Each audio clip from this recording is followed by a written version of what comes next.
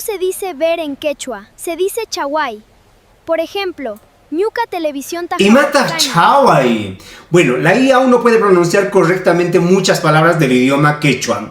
Bueno, la pronunciación correcta de esta palabra es Hawai. Hawai. Esa es la pronunciación correcta. Y su significado es mirar o observar.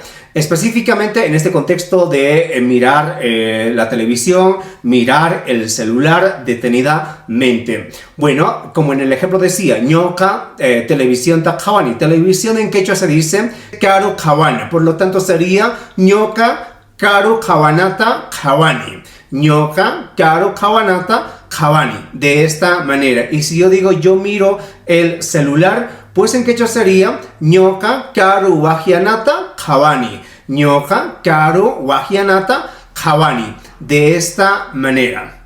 Y probablemente haya muchas personas que me vayan a decir que Hawai no es mirar, sino que es rikui. Pues sí, existen estas dos palabras, tanto como Hawai, tanto como rikui, pero se utilizan en diferentes contextos. Y si tú sabes, déjalo ahí en los comentarios. Y si no hay nadie que lo diga, pues en el próximo video yo lo voy a decir cuál es la diferencia o en qué contextos específicamente tenemos que utilizar la palabra Hawai y la palabra rikui. Hina kaspaka yachakuhuna, wa kutika makachu, tinkunakama.